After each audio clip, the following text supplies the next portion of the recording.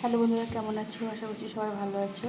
তো রোজ রোজ একই রকমের ডিমের তরকারি বা ডিমের কারি খেতে ভালো লাগে না। তা আজকে বানিয়েছি ডিম ভাপা।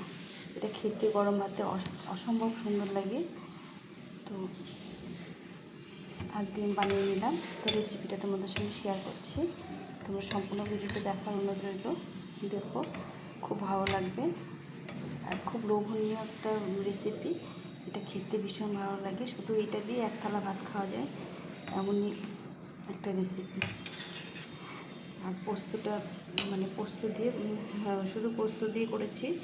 পোস্ত দিয়ে শুধু করলে পোস্তর একটা গন্ধ থাকে, ভীষণ ভালো লাগে। তো এখন চলো আমি পরিবেশন করি আর তোমরা দেখতে থাকো রেসিপিটা কেমন করে করেছি। চলো শুরু করে দিয়ে রান্নাটা। এখানে 4টা ডিম সিদ্ধ করে নিয়েছি। এগুলো হচ্ছে হাঁসের ডিম। তো যে ডিমগুলোকে ভালো করে কেটে নেব মাঝখানে বরাবর। ডিমগুলো একটু লবণ হলুদ মাখিয়ে নেব, নিয়ে একটু ভেজে নেব হালকা করে, খুব বেশি ভাজতে হবে না। তো আমি একটু হাত দিয়ে লবণ হলুদটা মাখিয়ে নিচ্ছি। সামান্য একটু লবণ হলুদ দিয়ে মাখিয়ে নিলাম।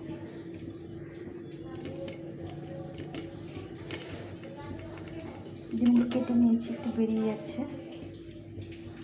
চেপে চেপে নিতে হবে।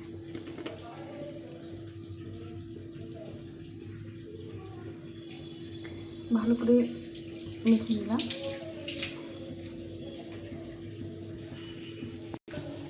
এখানে কড়াইটা গরম হয়ে গেছে, কড়াইটা গরম করে নিয়েছি। পরিমাণ মতো তেল দেবো, দিয়ে ডিমগুলোকে একটু ভেজে নেব। তেলটাকে ছড়িয়ে দিতে হবে, তাহলে ভালো করে গরম হবে। ভালো করে গরম করলে যে কোনো কিছু ভাজলে লেগে যায় না। তো দেখো, তেলটাকে সুন্দর করে গরম করে নিলাম। এখন আমি ডিমগুলো ভেজে নেব, একদম অল্প করে ভেজে নেব, খুব বেশি ভাজার প্রয়োজন হবে না। এখানে 4টে হাঁসের ডিম আছে, একটু ওপাশ করে ভেজে নেব।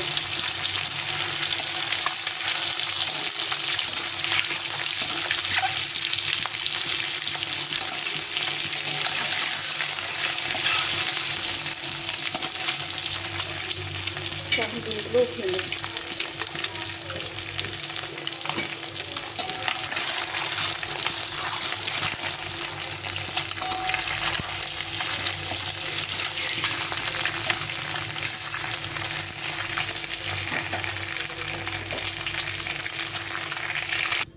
ডিমগুলো ভেজে নিলাম, একটু হালকা করে ভেজে নিলাম।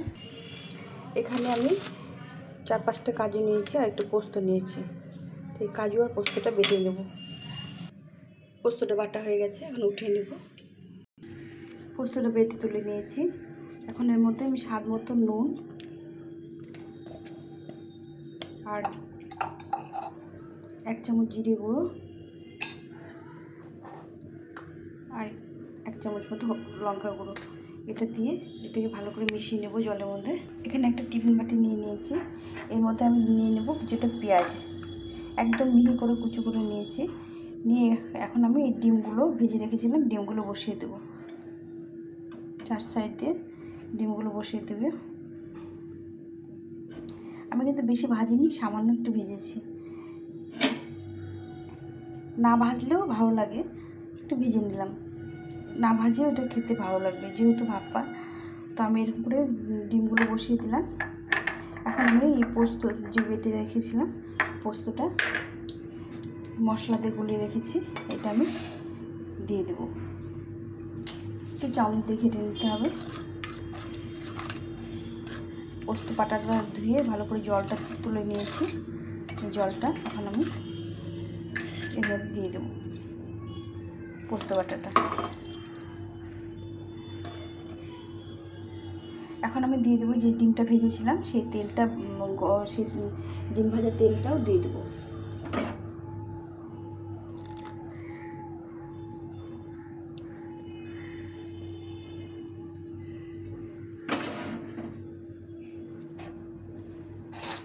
আর দিয়ে দেবো কয়েকটা 2টো চেরা কাঁচা লঙ্কা। লঙ্কাগুলো খুব ঝাল, আর 3টে হচ্ছে গোটা লঙ্কা। যে কোনো ভাপাতে একটু লঙ্কা খেতে ভালো লাগে, সেদ্ধ লঙ্কা মানে ভাপা লঙ্কাটা খেতে খুব ভালো লাগে। তো আমি এখানে 5টা মতো লঙ্কা দিলাম। লঙ্কাগুলো খুব ভীষণ ঝাল আছে। এখানে সব দেওয়া হয়ে গেছে। এখন একটু কাঁচা তেল দেবো। যে কোনো ভাপাতে কাঁচা তেল না দিলে ভালো লাগে না। একটু পরিমাণ মতো কাঁচা তেল দিয়ে দিলাম। এখন এটাকে ঢাকা দিয়ে দেবো।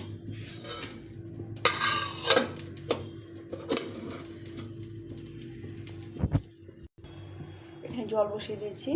জলের মধ্যে 1 ফালি লেবু দিয়ে দিলাম, দিয়ে একটা স্ট্যান্ড বসিয়ে দেব। স্ট্যান্ড বসিয়ে দিলাম। এখন আমি এই বাটিটাকে এখানে বসিয়ে দেবো, দিয়ে উপরে একটা ঢাকা দিয়ে 20 মিনিট মতো রেখে দেবো।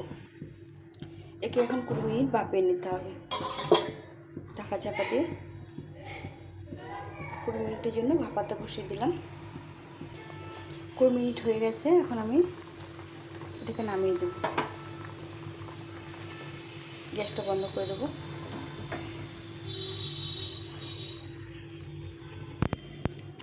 একটু ভাপা হয়ে গেছে। কত সুন্দর হয়েছে দেখো, কত লোভনীয় হয়েছে খেতে। খেতেও দারুণ হবে। দেখো সুন্দর গন্ধ বেরিয়েছে একটা। পেঁয়াজগুলো সুন্দর সেদ্ধ হয়ে গেছে। গরম গরম ভাত দিয়ে শুধু খেতে হবে এখন। তো তোমাদের কেমন লাগলো অবশ্যই জানিও। যদি ভালো লেগে থাকে তাহলে এভাবে পাশে থেকে সাপোর্ট করো। এভাবে ধৈর্য ধরে দেখার জন্য অনেক ধন্যবাদ। আর এভাবে একবার বানিয়ে খেয়েও ভীষণ ভালো লাগে। আমি একটু পাতলা করে করেছি, বাড়িতে একটু ঝোল পছন্দ করে, এই জন্য একটু গ্রেভিটা একটু পাতলা করেছি। তো এখানেই রাখছি। সবাই সুস্থ থেকো, ভালো থেকো। আবার দেখা হচ্ছে পরের রেসিপিতে। টাটা।